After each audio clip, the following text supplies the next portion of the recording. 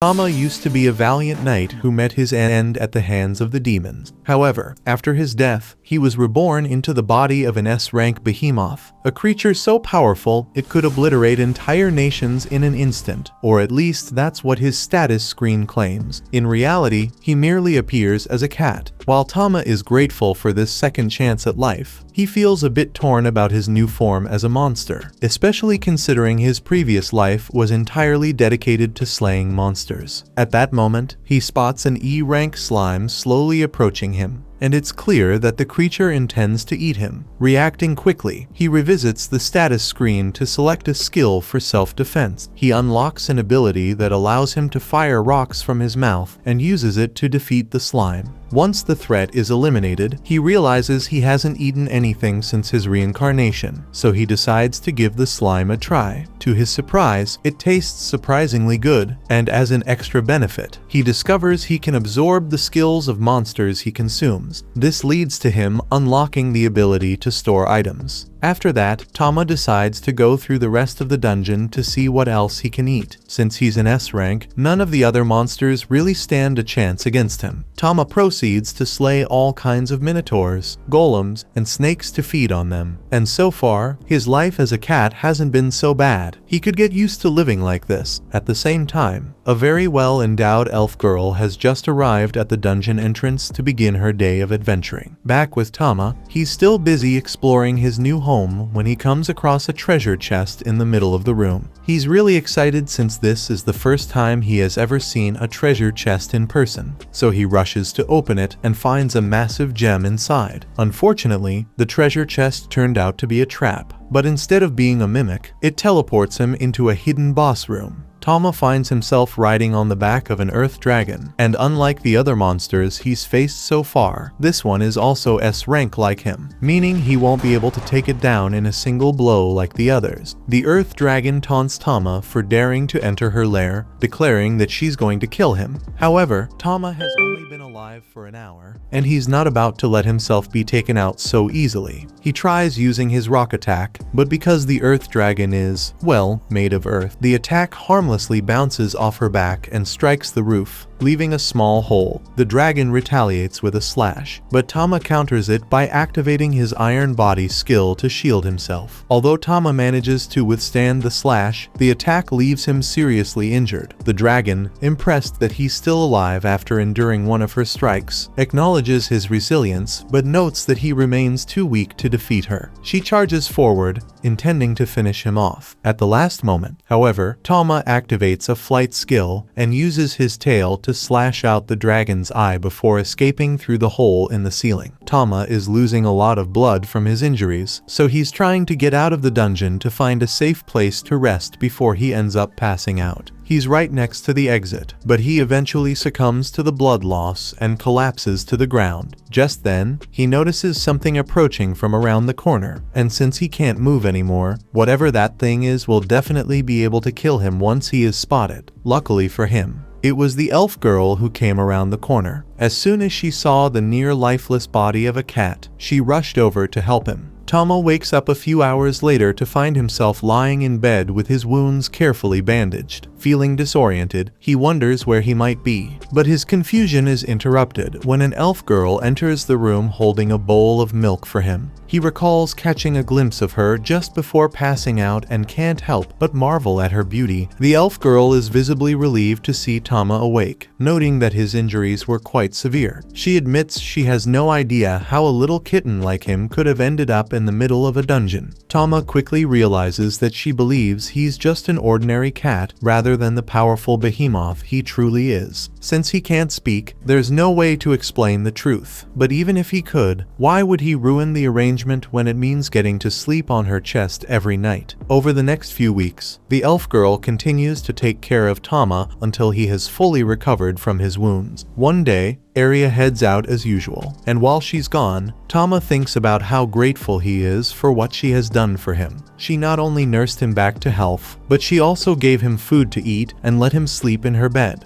In order to pay her back for her kindness, Tama swears that no matter what happens, he's going to make sure he protects that girl with his life. To ensure her safety, Tama decides to follow Arya into the dungeon so he can keep an eye on her. He sneaks onto the boat before it leaves. Once they get to the dungeon, he begins quietly following Arya while staying hidden. He's a bit worried that she might get herself into some kind of weird situation, like losing her clothes to a slime or something, so he prepares himself to jump in at the first sign of trouble. As Arya encounters a group of goblins, she swiftly activates her acceleration skill, cutting them down with ease. Once the fight is over, she kneels to collect their ears, intending to claim the reward later. Watching her in action, Tama is thoroughly impressed. With his past experience as a knight, he knows a great deal about swordsmanship and can easily recognize just how incredible Arya's speed and technique are. As Arya finishes stowing the goblin ears, she spots another goblin peering at her from behind a corner. Instinctively, she assumes her battle stance. She's already killed enough goblins to meet her quota for the day, but if this one insists on attacking, she's ready to take it down too. What she doesn't realize, however, is that this goblin isn't ordinary, it's a goblin mage. Without warning, it hurls a massive fireball in her direction. Caught off guard and unprepared to handle such an attack, Arya finds herself in serious trouble. Tama doesn't want to let her get hurt, but he can't use any of his overpowered skills without revealing that he's a monster. Instead, he pushes Arya out of the way and slashes the goblin mage with his regular kitty paws, causing it to stumble backward and fall down the dungeon stairs to its doom. Arya doesn't understand why or how Tama managed to get here, but she's grateful that he saved her. On the ride back to town, she lets him lay on her triple Ds while she tickles his belly, and Tama is absolutely loving it. After returning to town, Arya heads straight to the Adventurers Guild to submit the goblin ears she collected. As she approaches the reception desk, she is intercepted by Lord Casman. Though she has encountered him before, she had been trying to steer clear of him because of his persistent attempts to recruit her into his party. Arya tries to politely decline his offer, fully aware of Casman's sleazy nature, but he refuses to accept her rejection. As if to push his luck, he reaches out to grab both of her cheeks. Before his hands can make contact, Tama springs into action, biting down hard on Casman's hand and refusing to let go. Casman yells in pain, flailing wildly in an attempt to shake Tama loose. When he finally manages to dislodge the furious kitten, Tama lands directly on Casman's face and unleashes a flurry of scratches before leaping back onto Arya's chest, leaving Casman thoroughly humiliated. Casman is enraged and is about to draw his sword to attack Tama, but before he could take a swing, his sword is grabbed by the guild master, Arnold. Arnold reminds Casman that the guild has rules against brandishing weapons, especially when it's for a reason as pathetic as beefing with a cat. So there are going to be major consequences for him if he continues. Casman doesn't want to mess with Arnold, so he immediately runs out the door. Arya begins thanking Arnold for helping her out. He tells her it's no big deal and compliments Tama for sticking up for Arya when he bit Casman's hand. Arya then heads to the reception desk, and Arnold documents all monster parts to officially complete Arya's quest. Afterwards, Arya takes a seat at one of the tables, so she can spend some quality time with Tama. Up to this point, everything has been fairly wholesome, but Arya is starting to exhibit some odd behavior. While she's tickling Tama's stomach, her finger begins to stray dangerously close to his balls, and she seems a bit too thrilled about the idea of tickling her cat's private area. Shortly after, Arya prepares to take a bath and decides to bring Tama along with her. However, Tama,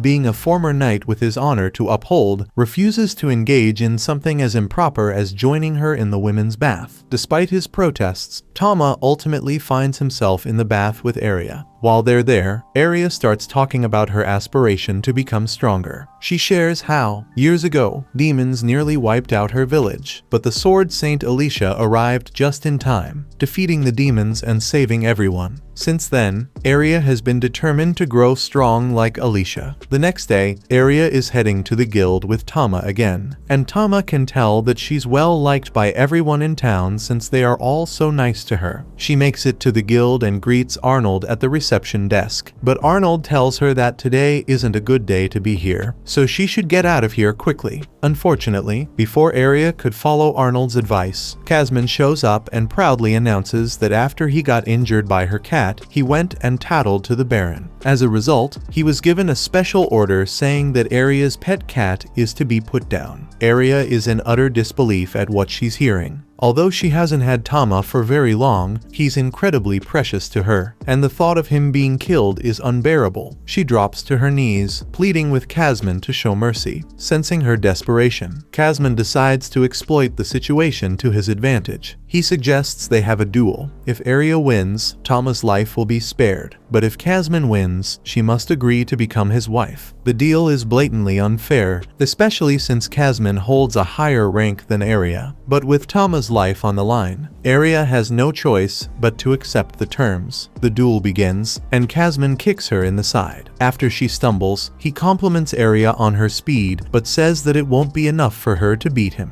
Aria tries to switch tactics and throws several daggers at him, but Casman has a knife-proof cape, so he is easily able to block. He then charges at Aria and begins putting pressure on her by repeatedly striking with his sword until he eventually disarms her. Now, all hope is pretty much lost for Aria since she can no longer defend herself. Tama is feeling deeply torn at this moment. If he doesn't do anything, Aria will be forced into marrying Casman. However, if he uses any of his abilities, the onlookers will realize he's actually a monster. As Casman moves in to deliver the final strike and make Aria surrender, Tama decides he can't stand by any longer. He leaps in to protect Aria, activating his iron body skill to shatter Casman's blade. Immediately after, Tama unleashes a powerful howl skill, sending Casman hurtling into a cluster of nearby trees. By sheer coincidence, Casman's sword is flung in the same direction aimed directly at his balls, ensuring he's about to have an extremely unpleasant experience. After what just happened, everyone in the crowd begins murmuring amongst themselves because they know they just saw the cat use skills. Tama knew this would happen, and now that everyone has seen him use skills, it won't be long before they figure out that he's a monster. He knows he'll definitely be killed, but even so, he's satisfied with this outcome because he at least managed to defend Aria. Aria and Arnold approach Tama, and after witnessing him use his skills, they begin discussing what he might actually be, rather than concluding that Tama is a monster. They are convinced that he must be an elemental cat. Arnold announces Aria as the winner, and everything returns to normal, allowing Tama to carry on his life as an overpowered cat with the coziest bed imaginable. The next morning, Aria tries to coax Tama out of bed by cuddling him, but the mischievous kitten playfully nibbles on her ear, leaving her completely flustered and blushing uncontrollably. Remembering his past life as an honorable knight, Tama quickly decides to stop before the situation becomes even more awkward. He leaps off the bed to walk away, but Aria keeps calling after him, her tone full of longing, which only makes things even more uncomfortable for Tama. Later, Aria brings Tama to the blacksmith shop to visit her friend Vulcan. As soon as they arrive, Vulcan's attention is immediately captured by Tama, her eyes fixed on the adorable kitten. While Aria shares stories about Tama, Vulcan eagerly asks if she can hold him. Tama seems delighted as Vulcan picks him up, marveling at his cuteness. However, Aria quickly redirects the conversation to the purpose of their visit. She needs Vulcan to craft armor for Tama. Vulcan is thrilled by the idea, excited to take on such a unique and charming project. She immediately starts taking Tama's measurements, assuring Aria that she'll create the perfect armor for him. As Vulcan gets busy with her work, Aria leans down to whisper to Tama, asking if he's ready for an adventure. Without hesitation, Tama eagerly agrees. While Aria and Tama make their plans,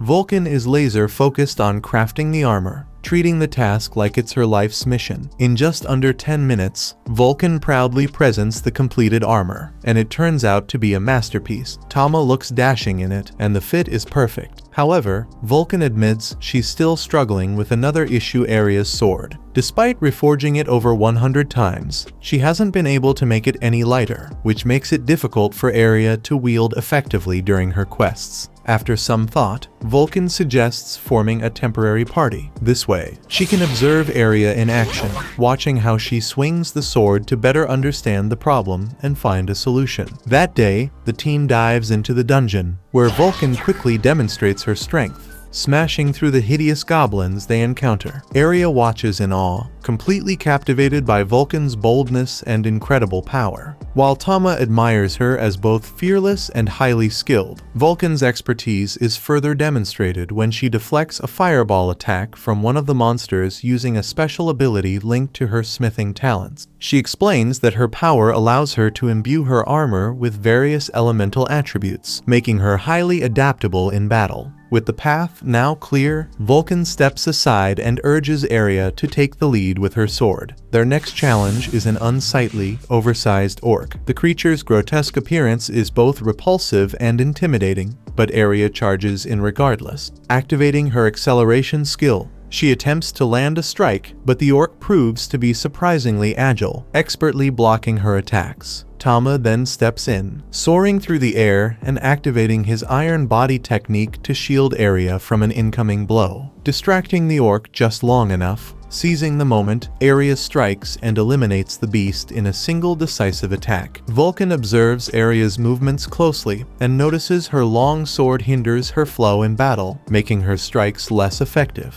Unhappy with her performance, Arya turns to Vulcan and requests an even tougher challenge. Eager to push her boundaries and become stronger, impressed by her determination, Vulcan encourages her to proceed to the next floor, promising even more formidable trials ahead. As they descend further, the group finds themselves facing a swarm of slimy, lecherous ropers rather than the usual massive beasts. Tama immediately grows nervous, worried that these slimy creatures will ensnare his mistress with their writhing tendrils. He quickly warns Arya to stay alert and avoid their sticky grips at all costs. Arya charges in with acceleration, but the ropers' speed makes them tough opponents. Her strikes fail to connect with their bodies, and one of the ropers shatters her heavy sword, leaving her defenseless. Just as she's about to be snared, Vulcan hurls a knife toward her. Arya catches it midair and swiftly drives it into the roper's core, killing it in one precise motion. With newfound resolve, Arya shifts her focus and moves to take down the next slime. As Vulcan watches her fighting style closely, she quickly realizes that Arya's true strength lies in using shorter, lighter weapons rather than her heavy longsword. In a matter of moments, Arya slices through the monster's limbs with incredible speed and precision, leaving Vulcan utterly speechless. Though she always knew Arya was talented, Vulcan hadn't anticipated this level of swiftness and effectiveness in dispatching the second monster. Just as they begin to think the fight is over, the slime splashes its goo all over Arya, completely drenching her from head to toe while regrowing its limbs. Cringing in disgust and fury, Arya growls that only Tama is allowed to do something like that to her. Fueled by her outrage, she obliterates the creature in a single devastating move. This time, she cuts it into so many pieces that there's no chance of it regenerating. Vulcan and Tama rush to congratulate her on her incredible display of skill. While Vulcan moves closer to offer praise, Tama, being the cheeky little kitten he is, stops halfway to steal a bit of juice from the dead monster to absorb its skill for his own use. Still fuming, Arya unleashes her frustration on the remnants of the roper that dared to drench her in its disgusting goo. She furiously stabs its already destroyed body over and over, muttering vengeful thoughts under her breath, while Tama watches in silent bewilderment, wondering if she might be taking things a bit too far. After her rampage, Arya opens up to Vulcan and shares the story behind her choice to wield longswords. She recounts meeting the Sword Saint during her childhood, a figure who became her idol and inspired her to take up the weapon. Even though the longsword doesn't naturally suit her fighting style, Arya devoted years to mastering it in an effort to follow in her hero's footsteps. However, with her recent realization that daggers complement her skills far better, she has decided to embrace this newfound strength. Tama listens attentively and offers his support, reassuring her that this change will only make her stronger. Recognizing Arya's growth, Vulcan suggests venturing to a deeper floor of the dungeon, trusting in Arya's ability to handle the challenges with her daggers. Before pressing on, they decide to rest near a Philosopher's Stone, a rare artifact that keeps monsters at bay within its vicinity. As they take a break,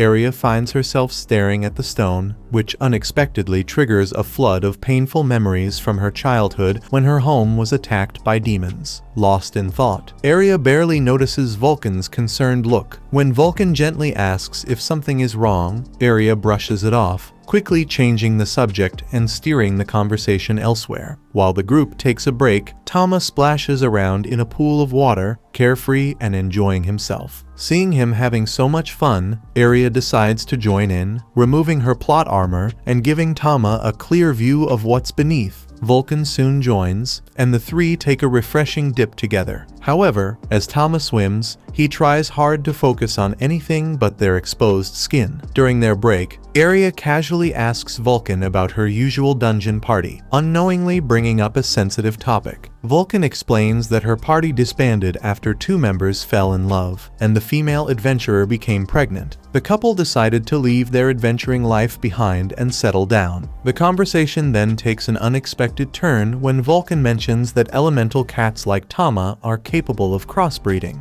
speculating about what might happen if Tama grows larger and enters a serious heat season. As their break ends, the group heads to the next dungeon floor, where they encounter a fierce minotaur. Unlike the goblins and ropers from earlier, this creature is a formidable opponent. Aria approaches carefully, accelerating toward the beast and executing her whirlwind slash technique. However, her attack barely scratches the minotaur's thick hide, leaving her shaken. Vulcan steps in, offering encouragement and helping Aria regain her composure. Motivated by Vulcan's encouragement, Aria regains her focus and unleashes a series of faster, more aggressive attacks. Overwhelmed by her speed, the Minotaur begins swinging its massive weapon recklessly. One of its wild swings hits the ceiling, causing chunks of debris to fall dangerously close to Vulcan. Acting swiftly, Tama uses his howling skill to deflect the falling rubble, saving Vulcan just in time. Inspired by Tama's quick thinking and courage, Aria spots an opening and delivers a devastating strike straight to the Minotaur's chest, taking the beast down once and for all. As Tama cheers for Aria's hard-earned victory, Vulcan stands in awe, marveling at the little cat's strength and courage. Her thoughts wander as she can't help but think that Tama is a really powerful alpha male. Back at the Adventurers Guild, Aria, Vulcan, and Tama turn in the loot they gathered during their dungeon raid. They then approach Arnold, who inspects the deep cut marks on the Minotaur remains and asks who was responsible for dealing such impressive damage. With a proud smile, Vulcan explains that the marks were the result of Aria's newly refined skills. Arnold, remembering how much weaker Aria had been when she first arrived in town, praises her for her remarkable growth and dedication. Blushing at the compliment,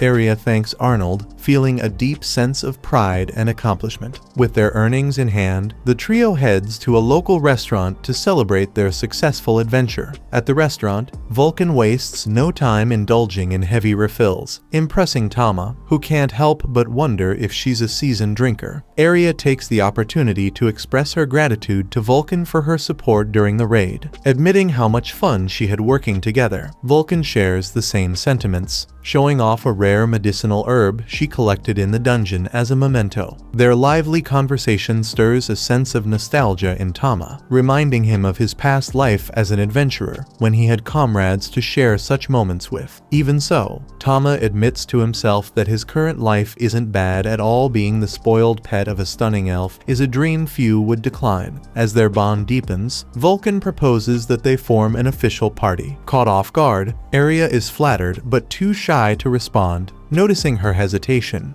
Tama playfully nibbles her hand and places it on top of Vulcan's, sealing the agreement on her behalf. The group bursts into cheers, celebrating the beginning of their new partnership. Fueled by their growing partnership, they decide to order more drinks and turn the evening into an unforgettable celebration. Later that night, Tama finds himself squished between Aria and Vulcan's metaphorical plot armor. The snug and awkward situation makes it nearly impossible for him to sleep, especially when he hears Aria muttering in her sleep about hoping Tama doesn't get too rough. Feeling both suspicious and mildly flustered, he somehow manages to keep his composure. In need of a distraction, Tama checks his stats and is startled to discover he's eligible for evolution. However, evolving might turn him into a massive behemoth, potentially putting an end to the life he currently shares with Aria and Vulcan. Prioritizing loyalty and companionship over raw power, Tama resolves to stay as their beloved and dependable pet. The next morning, while strolling through town, Aria and Tama come across two thugs harassing a young girl, accusing her of being a pickpocket. Aria wastes no time stepping in, and as soon as the thugs catch sight of her elemental cat, they flee to avoid any trouble. Aria consoles the girl, discovering that she's an orphan, and takes her to a local church where nuns care for other children. Listening to Aria's heartfelt discussion with the nuns, Tama feels a deep sense of admiration for his master's kindness, and silently vows to support her even more than ever. That evening, Arnold summons Aria to the Adventurers Guild to congratulate her on her promotion to C rank. As a token of recognition for her hard work, he presents her with a gleaming new rank pendant. However, their celebration is cut short by a commotion near the quest board. Arnold explains that people have been disappearing in Leonard, a nearby town, and rumors suggest that demons may be involved. Upon hearing this, Aria's determination sharpens. Fueled by her deep-seated grudge against demons, she eagerly asks for more details and declares her intention to take on the emergency quest without a moment's hesitation.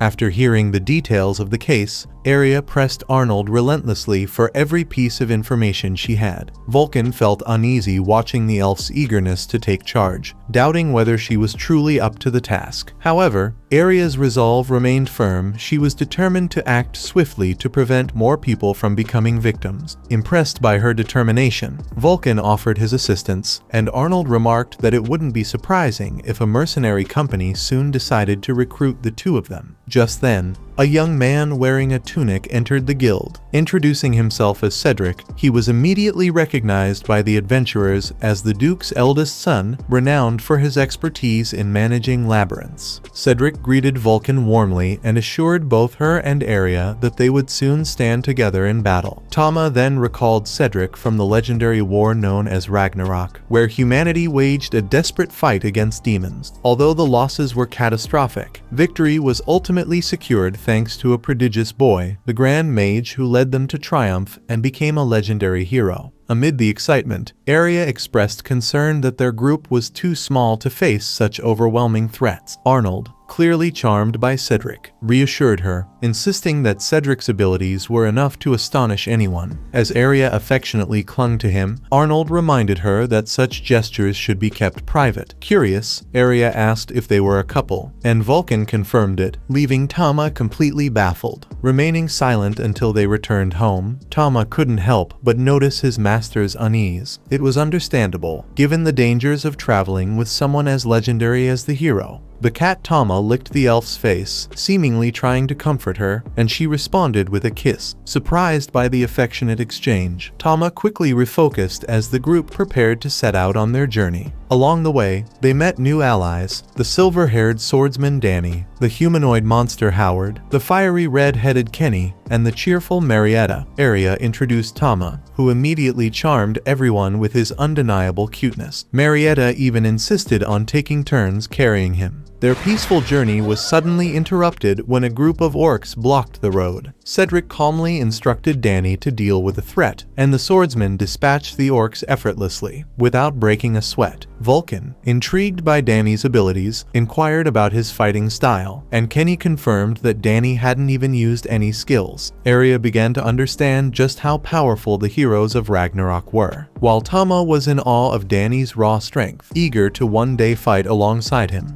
As night fell, they arrived at Leonard Village, where the grateful villagers warmly welcomed Cedric and his team. One villager shared troubling news. Many locals had mysteriously disappeared, including a search party lost in the ruins and another girl who had been abducted the previous night. The revelation stirred painful memories for Aria, reminding her of the invasion that had devastated her homeland. The village leader then explained that Cedric's knights were the villagers' last hope. Noticing the group's exhaustion from their travels, the villagers quickly prepared a hearty meal to help them recover. Later, as they settled into their lodging, Aria's curiosity got the better of her, and she asked why each of her companions had chosen to become knights. Danny revealed that his family's poverty had forced him to join in order to repay their debts, while Howard shared a similar story of hardship. Kenny explained that she needed money to buy medicine for her ailing sister, and Marietta said she sought freedom for her father, who had been enslaved. Listening to these heartfelt stories, Tama couldn't help but sense the sorrow hidden behind their motivations. Even Aria began to regret asking the question, feeling the weight of their struggles. The knight,